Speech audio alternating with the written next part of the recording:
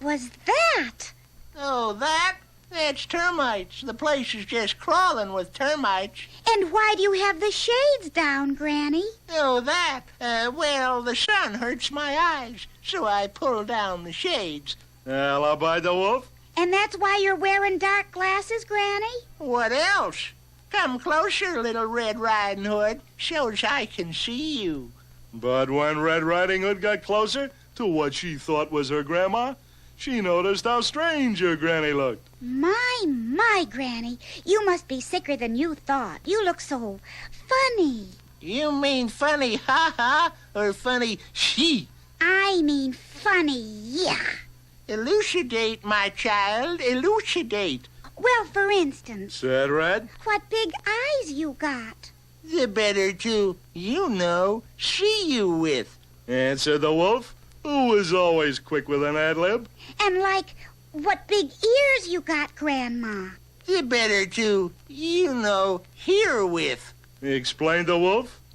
And how do you explain the pointed ears, Grandma? Well, Stalled the wolf. that's a long story which we won't go into until you're older.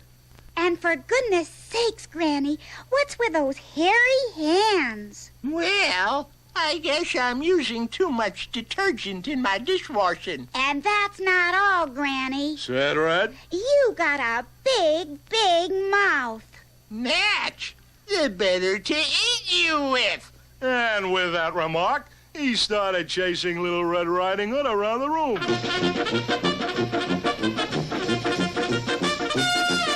Around and around and around they went. Until a wolf was just about to grab Little Red Riding Hood. But just as he reached out to grab her...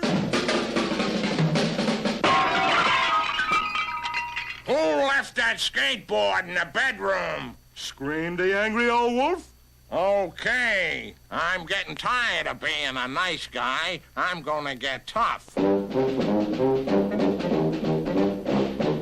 But little did the old wolf know that Little Red Riding Hood had been taking a correspondence course in judo. In fact, she had a black belt. Well, it wasn't exactly black, but it was dirty. And when the big bad wolf lunged at Little Red, she gave him a big judo chop. And the wolf fell to the floor in a pile. Soon as the wolf hit the floor, Red Riding Hood heard that same noise coming from the closet. Boy, has Granny got termites. Granny, wonder where the old girl is. Probably out getting her surfboard waxed. Hello, what's that? Exclaimed Little Red Riding Hood as she walked over to the closet, unlocked the door, and found her poor old granny all tied up like a Christmas gift. And that's the end of the story of Little Red Riding Hood, Yogi? Well, that's where the story usually ends. But I heard that there's more to it, Boo-Boo. So tell me what happened next, Yogi. Little Red got on the horn and buzzed the fuzz. And...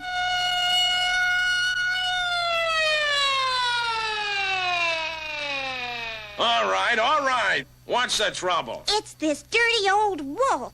I want him booked. What's the charge? The charge Said Red. is telling fibs, masquerading as Granny without a license, and overacting.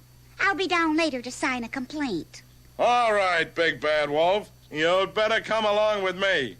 But, officer, Cried the wolf. I'm innocent. It's a frame, a bum rap. I demand to see my lawyer. You're arresting an innocent man.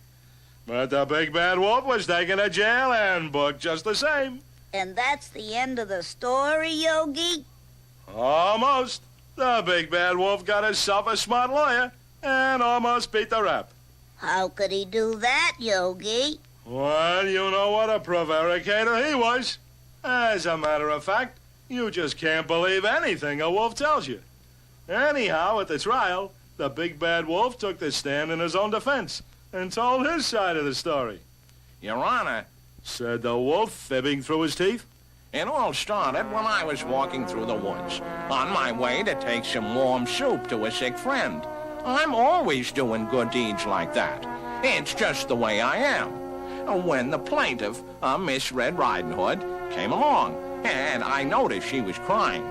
Well, I never could stand to see a woman cry, so I politely asked her if I could be of any help. Well, she tells me a phony story about having a sick granny and all that jazz. Well, I felt so sorry for the poor dear that I went home and made a nice pot of soup and took it to her ailing granny. Well, you can imagine my surprise when I walked into Granny's house and the two of them jumped me. I screamed for help, but nobody heard me. It seems that the plaintiff, Miss Red Riding Hood, and her so-called granny were running a phony fur coat racket. They were going to tan my hide, dye it gray, and sell it as a mink stole. Can you imagine that? He's not telling the truth, Your Honor. Exclaimed Red Riding Hood. Oh, yes, I am. Argued the wolf. If I'm not telling the truth, may I get struck by lightning. And he was struck by lightning. And that taught the big bad wolf a lesson he'll never forget, Boo-Boo. Telling a big fib will only get you in a mess of trouble.